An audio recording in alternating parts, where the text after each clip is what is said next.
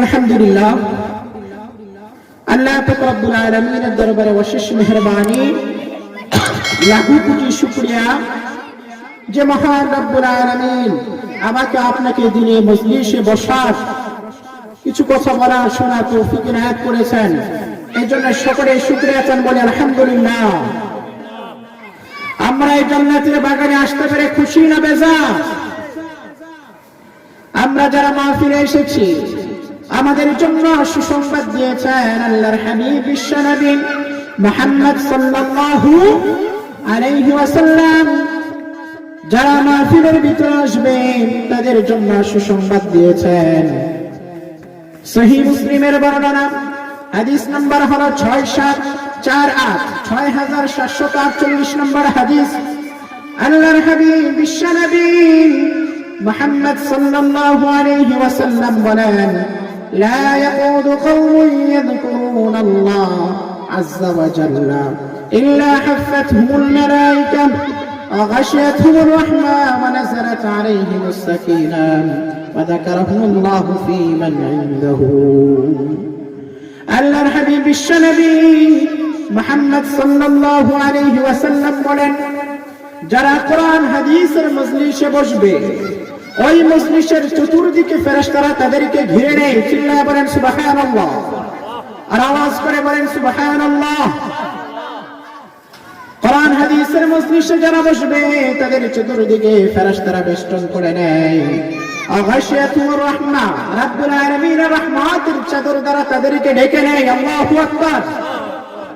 শুধু তাই নয়, আল্লাহর হাবিব বলেন, ওয়া নাযালাত আলাইহিমুস সাকিনাহ, রব্বুল আলামিন ওই সমস্ত লোকদের উপর রহমত নাযিল করেন, সাকিনা নাযিল করেন।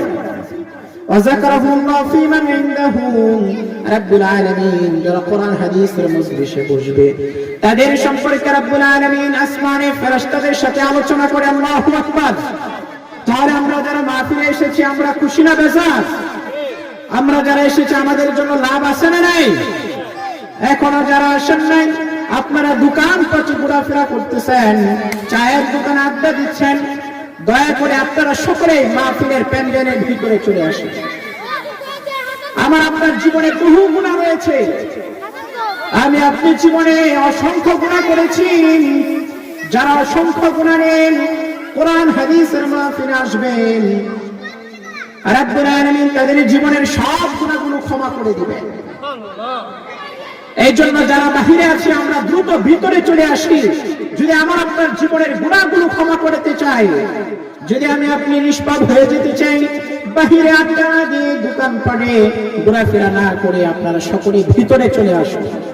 আপনারা যদি ভিতরে চলে আসেন, আপনাদের গুনাহগুলো ক্ষমা করে দিবেন একজন। তিনি কে?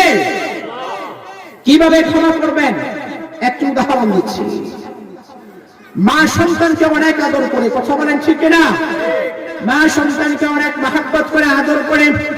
সন্তান যখন সারাদিন মার খেলাধুলা করে শরীরের ভিতরে কাদা লাগায়, গোটা শরীর যখন কাদায় মরে যায়, ওই সন্তান যখন বিকাল বেলা বাড়িতে আসে, ঘরে আসে, আসার পর যদি ওই সন্তান চাদরের সন্তান কলিজার টুকরা যদি বিছানার উপরে উঠতে চায়, মা তাকে উঠতে দিবে?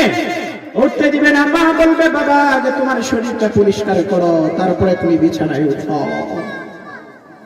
ঠিক একইভাবে রব্বুল আলামিনের কোন বান্দা যখন গুনাহ করার পর কোন মাহফিলে আসে, কোরআন হাদিসের মাহফিলে আসেন, মাহফিলের প্যান্ডেলের ভিতরে ঢোকার আগে রব্বুল আলামিন তার জীবনের সব গুনাহগুলো ক্ষমা করে দেন।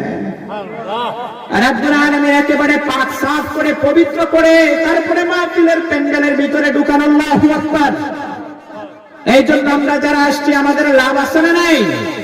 এই জন্য যারা বাহিরে, এখনো বলতেছি ও যুবক ভাইরা যারা এখনো বাহিরে আছেন, ও বাবারা, বাহিরে ঘোরাফেরা না করে দ্রুত প্যান্ডেলের ভিতরে চলে আসো। এখন আমরা সরাসরি আলোচনার দিকে চলে যাবো ইনশাআল্লাহ। আমরা সরাসরি কোরআন এবং হাদিসের দিকে চলে যাবো। আজকে